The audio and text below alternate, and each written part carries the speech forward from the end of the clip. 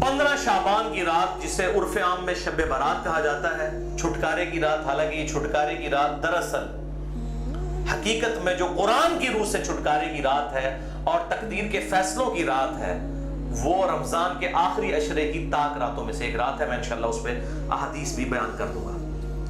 بہرحال یہ 5 احادیث پبلک میں مشہور ہیں، 5 کی 5 ضعیف ہیں۔ سن لیجئے، پہلی حدیث جامعہ ترمذی اور سنن ابن ماجہ سے ہے، مشکات میں ہے 1299، بڑی مشہور حدیث ہے۔ اما عائشہ رضی اللہ تعالیٰ عنہ کہتی ہیں آپ صلی اللہ علیہ وآلہ وسلم کو میں نے ایک رات بستر پہ نہیں پایا تو میں آپ کو ڈھونڈتے ہوئے نکلی تو آپ صلی اللہ علیہ وآلہ وسلم بقیع غرقد تشریف لے گئے تھے، بقیع قبرستان میں، اور آپ صلی اللہ علیہ وآلہ وسلم نے وہاں پر یعنی دعا فرمائی، اور اما عائشہ کہتی ہیں کہ میں آپ صلی اللہ علیہ وآلہ وسلم سے پہلے ہی واپس آ گئی تو آپ صلی اللہ علیہ وسلم نے مجھ سے مخاطب ہو کر فرمایا کہ کیا تم نے یہ گمان کیا تھا کہ اللہ اور اس کا رسول تم سے خیانت کریں گے؟ یعنی سانس پھولا ہوا تھا تو آپ کو پتہ چل گیا کہ یہ میرے پیچھے آئی تھی، یعنی مراد یہ کہ تم یہ سمجھی کہ میں کسی اور زوجہ کے پاس چلی گئی، اور وہی اما عائشہ نے کہا کہ ہاں میں یہی سمجھی تھی۔ تو آپ نے فرمایا یہ بے شک نصف شعبان کی رات ہے، یعنی 15ویں رات ہے شعبان کی، 14 اور 15 کی درمیانی رات۔ اس رات اللہ تعالیٰ آسمان دنیا پر نزول فرماتا ہے جیسا کہ اس کی شان کے لائق ہے، اور بنی کلب کی بکریوں کے بالوں سے بھی زیادہ لوگوں کی مغفرت کر دیتا ہے۔ لیکن یہ روایت ہے ضعیف۔ ڈاکٹر طاہر القادری صاحب یہ روایت پڑھتے پڑھتے ٹھٹک گئے، کیونکہ اس کے آگے لکھا تھا امام ترمذی نے کہ روایت ہی جعلی ہے۔ لیکن یہ علماء اتنے بے شرم ہیں اور بالکل خیال نہیں کرتے ہیں کہ آدھی حدیثیں پڑھتے ہیں، اور چلے کوئی جاہل ہو تو ہم اس کو بینیفٹ آف ڈاؤٹ دے سکتے ہیں، لیکن اگر کوئی عالم اس طرح کی کام کرے گا تو اس کو تو پھر ہم نہیں چھوڑیں گے۔ یہ بے شرمی کی انتہا ہے اور علمی خیانت کی انتہا ہے۔ ٹھٹک گئے۔ آگے کے الفاظ ہیں، امام ترمذی کہتے ہیں کہ یہ روایت منقطع ہے، سب سے شدید جرح ہے کہ راویوں کی ملاقات ہی نہیں آپس میں، اور وہ کہتے ہیں اس میں جو تبع تابعی ہے یحییٰ بن کثیر، اس کی ملاقات تابعی عروہ سے ثابت نہیں جو سیدہ عائشہ کے بھانجے تھے، اور جو تبع تابعی ہے حجاج، اس کی ملاقات یحییٰ بن کثیر سے سما ثابت نہیں ہے۔ اور پھر ساتھ امام ترمذی نے لکھا کہ میں نے اپنے استاد امام بخاری رحمہ اللہ تعالی جنہوں نے صحیح بخاری لکھی ہے ان سے جب اس حدیث کے بارے میں پوچھا تو انہوں نے بھی کہا یہ حدیث صحیح نہیں ہے، یہ حدیث ضعیف ہے، اور یہ سارے حکم انہوں نے بتائے۔ البتہ ایک حدیث ہے صحیح مسلم میں 2256 جس میں رات کا تو ذکر نہیں کہ یہ کون سی تھی، بہرحال یہ الفاظ موجود ہیں صحیح مسلم 2256 کہ آپ صلی اللہ علیہ وسلم ایک دفعہ رات کو اٹھ کے قبرستان بقیع غرقد چلے گئے، 3 دفعہ یوں ہاتھ اٹھا کر آپ نے دعا کی، بڑی لمبی دعا کی، اما عائشہ بھی پیچھے پہنچی، اور پھر بعد میں پہلے ہی وہ آگے اپنے بسترے پہ سانس پھولا ہوا تھا، آپ نے فرمایا کہ تو میرے پیچھے آئی تھی، تو نے کیا سمجھا اللہ اور اس کا رسول خیانت کریں گے؟ سیم وہی الفاظ ہے۔ پھر آپ نے فرمایا کہ جب تم سوئی ہوئی تھی، لیٹی ہوئی تھی، میں نے گمان کیا کہ تم سو گئی ہو، میرے پاس جبرائیل آئے تھے، انہوں نے مجھے اللہ کا پیغام دیا کہ جا کر بقیع غرقد میں جو دفن ہے مسلمان ان کے لیے دعائے مغفرت کریں، تو میں ان کی دعائے مغفرت کے لیے بقیع غرقد قبرستان میں ہے، اور 3 دفعہ ہاتھ اٹھا کے دعا کی۔ اس سے یہ بھی بات پتہ چلی کہ بعض جو سلفی علماء کا یہ موقف ہے کہ قبر کے سامنے ہاتھ اٹھا کے دعا نہیں کر سکتے، وہ بالکل باطل ہے۔ قبر کے سامنے ہاتھ اٹھا کے دعا کر سکتے ہیں، اور اس میں یہ نہیں ہے کہ وہ قبر والے سے مانگ رہے ہیں، وہ آپ اللہ ہی سے مانگ رہے ہیں۔ نبی صلی اللہ علیہ وسلم نے بقیع غرقد قبرستان میں 3 دفعہ ہاتھ اٹھا کے دعا کی، صحیح مسلم 2256۔ بلکہ المستدرک للحاکم میں موجود ہے کہ تمہارا رب حیا فرماتا ہے اس شخص سے جو ہاتھ اٹھا کے دعا کرے کہ اسے محروم لوٹائے۔ ہاتھ اٹھا کے دعا کرنا یہ افضل عمل ہے، اور آپ ہر دعا کے لیے ایون نماز کے بعد بھی آپ اجتماعی دعا کی بات نہیں کر رہے، الگ سے جو آپ دعا ہاتھ اٹھا کے کریں تو زیادہ بہتر ہے۔ نہ بھی اٹھائے تب بھی ٹھیک ہے، ہم ٹائلٹ میں جاتے ہیں تو ہاتھ اٹھا کے دعا کرنے تو نہیں جاتے، کر کے جاتے ہیں، یا بسم اللہ جو ہم پڑھتے ہیں کھانے سے پہلے ہاتھ اٹھا کے تو نہیں، دونوں طریقے سے بہتر ہے کہ آپ ہاتھ اٹھا کے کریں، اس سے بغیر بھی بالکل ثابت ہے۔ دیکھیں میں ساتھ کتنے چھوٹے چھوٹے مسائل بتا دیتا ہوں، اور یہی جو مسلم کی حدیث ہے 2256 اسی میں وہ دعا ہے، السلام علیکم اہل الدیار من المؤمنین والمسلمین وَإِنَّا إِن شَاءَ اللَّهُ بِكُمْ لَلَاحِقُونَ نَسْأَلُ اللَّهَ لَنَا وَلَكُمُ الْعَافِيَةَ۔ جو قبرستان جانے کی دعا ہے کہ اے اس قبرستان کے رہنے والے مسلمان مرد و عورت، مومنین مرد و عورت، ہم تم پر سلامتی بھیجتے ہیں، اور ہم تم سے اللہ کے حضور جو ہے وہ عافیت کا سوال کرتے ہیں، بے شک ہم بھی مر کے تمہارے پاس آنے والے ہیں، اپنے لیے بھی اور تمہارے لیے بھی اللہ کے حضور ہم عافیت کا سوال کرتے ہیں۔